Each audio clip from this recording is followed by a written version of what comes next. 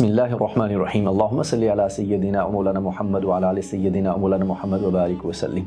سامعین محترم، رمضان المبارک کی ان مبارک ساعتوں میں قرآن حکیم کے ساتھ اپنے تعلق کو مضبوط کرنے کے لیے آج سے ہم اس سلسلے کو شروع کر رہے ہیں۔ قرآن حکیم سے ہدایت، نور اور شفا کیسے لی جا سکتی ہے؟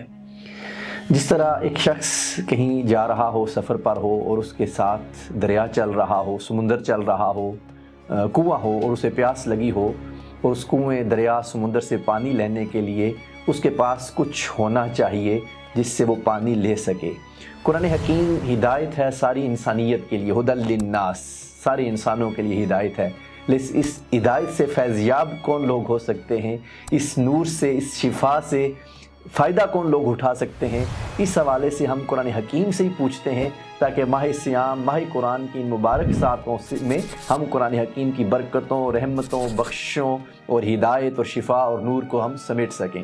قرآن حکیم کی آیات کے اندر ہم غور کریں، سورہ الاعراف کی آیت نمبر 57 اور 58 کے اندر بظاہر تو یہ آیات بارش کے نازل ہونے کی، بارش برسنے کے حوالے سے ہیں، لیکن ہمارے لیے یہ آیات بہت بڑا پیغام دے رہی ہیں ہمیں۔ اللہ رب العزت فرماتا ہے وَهُوَ الَّذِي يُرْسِلُ الرِّيَاحَ بُشْرًا بَيْنَ يَدَيْ رَحْمَتِهِ، وہی ہے جو بھیجتا ہے ہواؤں کو خوشخبری بنا کر اپنی رحمت، یعنی اپنی بارش سے پہلے ہواؤں کو بھیجتا ہے۔ حَتَّى إِذَا أَقَلَّتْ سَحَابًا ثِقَالًا سُقْنَاهُ لِبَلَدٍ مَّيِّتٍ، وہ بھاری بھاری بادلوں کو اٹھا لاتی ہیں اور ہم ان بادلوں کو کسی مردہ زمین کی طرف ہانک دیتے ہیں۔ فَأَنزَلْنَا بِهِ الْمَاءَ فَأَخْرَجْنَا بِهِ مِن كُلِّ الثَّمَرَاتِ، اور ہم اس سے پانی، فَأَنزَلْنَا بِهِ الْمَاءَ فَأَخْرَجْنَا بِهِ مِن كُلِّ الثَّمَرَاتِ، اور ہم اس سے پانی برساتے ہیں اور پھر ہم اس کے ذریعے ہر قسم کے پھل نکالتے ہیں۔ كَذَلِكَ نُخْرِجُ الْمَوْتَى لَعَلَّكُمْ تَذَكَّرُونَ، اور اسی طرح ہم مردوں کو نکالیں گے تاکہ تم نصیحت قبول کرو۔ بظاہر بارش کے اترنے کی آیات ہیں، اور اگلی آیت میں فرمایا وَالْبَلَدُ الطَّيِّبُ يَخْرُجُ نَبَاتُهُ بِإِذْنِ رَبِّهِ وَالَّذِي خَبُثَ لَا يَخْرُجُ إِلَّا نَكِدًا كَذَلِكَ نُصَرِّفُ الْآيَاتِ لِقَوْمٍ يَشْكُرُونَ، جو اچھی زمین ہوتی ہے اس سے سبزہ اللہ کے حکم سے خوب نکلتا ہے۔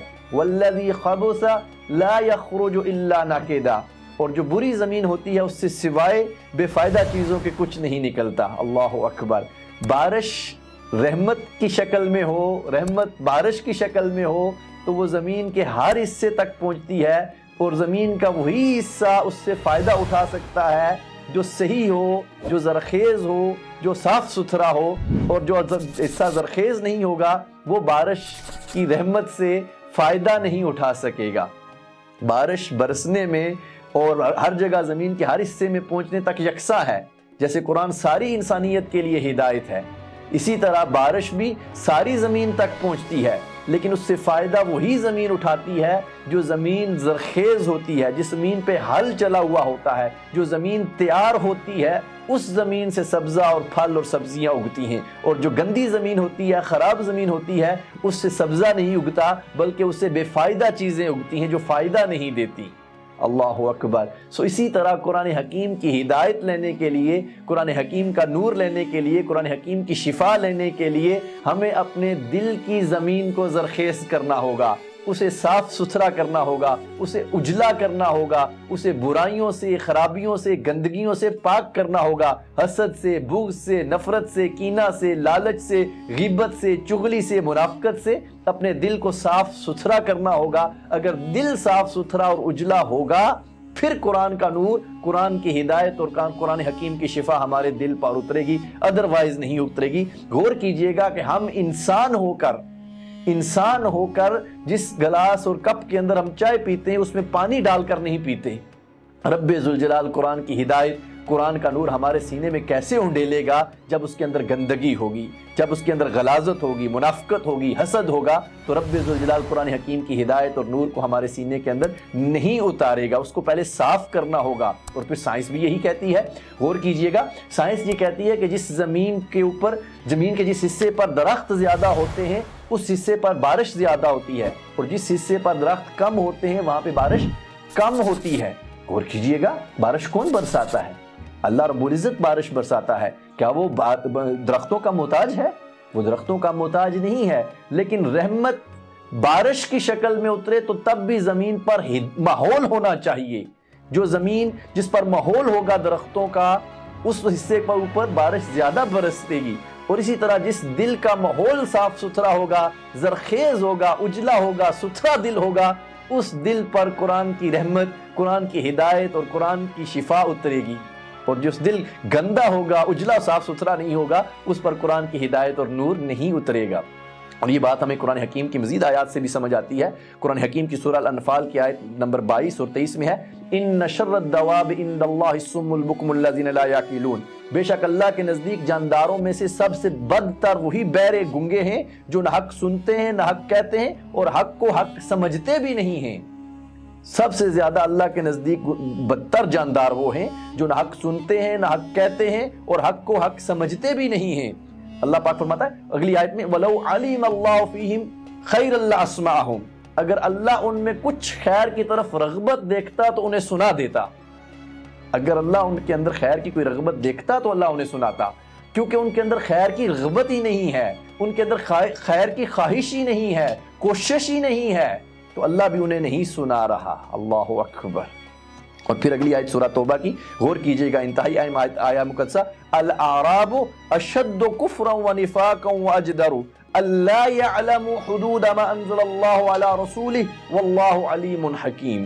یہ دیہاتی لوگ سخت کافر اور سخت منافق ہیں اور اپنے کفر اور نفاق کی شدت کے باعث اسی قابل ہیں کہ وہ ان حدود اور احکام سے جاہل رہیں جو اللہ نے اپنے رسول کی طرف اتاری ہیں۔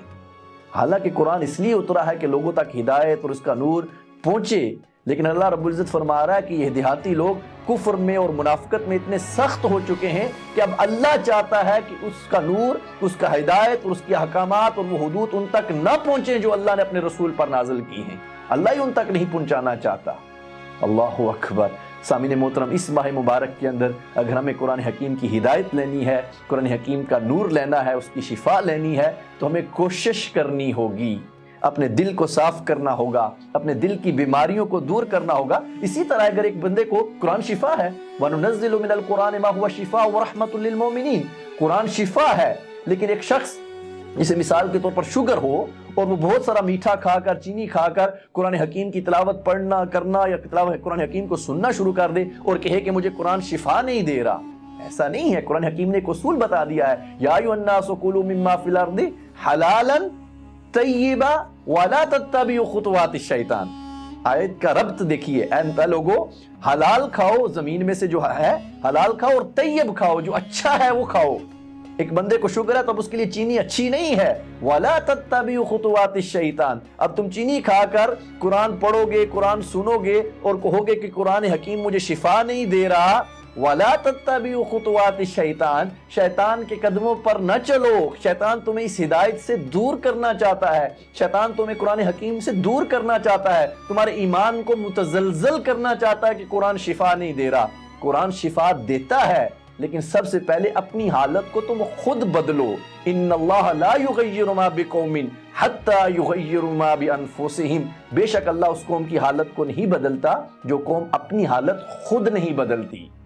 قرآن حکیم کی ان آیات کو پڑھنے اور سمجھنے کے بعد ہمیں سب سے پہلے اپنے آپ کے اندر، اپنے دل کی زمین کے اوپر غور کرنا ہوگا کہ ہمارا دل کتنی برائیوں کی اور کتنی بیماریوں کی اماجگاہ بن چکا ہے۔ اپنے دل کی بیماریوں کا علاج کرنا ہوگا، انہیں صاف کرنا ہوگا تاکہ وہاں پر قرآن کا نور اور قرآن کی ہدایت اتر سکے اور ہم اس ہدایت سے فیض یاب ہو سکیں۔ اس رمضان مبارک کے اندر ہمیں یہ کوشش کرنی ہے کہ ہم نے قرآن کی ہدایت کو، اس کی رحمتوں کو، اس کی برکتوں کو، اس کی شفا کو، اس کے نور کو کیسے سمیٹنا ہے۔ اسے سمیٹنے کے لیے اس ماہ صیام کے اندر ہمیں اپنے دل کی بیماریوں کا علاج کرنا ہوگا۔ دعا ہے اللہ رب العزت قرآن حکیم کی برکتیں، رحمتیں اور بخشیں سمیٹنے کی توفیق عطا فرمائے اور قرآن حکیم کے ساتھ تعلق کو مزید پختہ اور مزید مضبوط کرنے کی توفیق عطا فرمائے۔ السلام علیکم ورحمۃ اللہ تعالی وبرکاتہ۔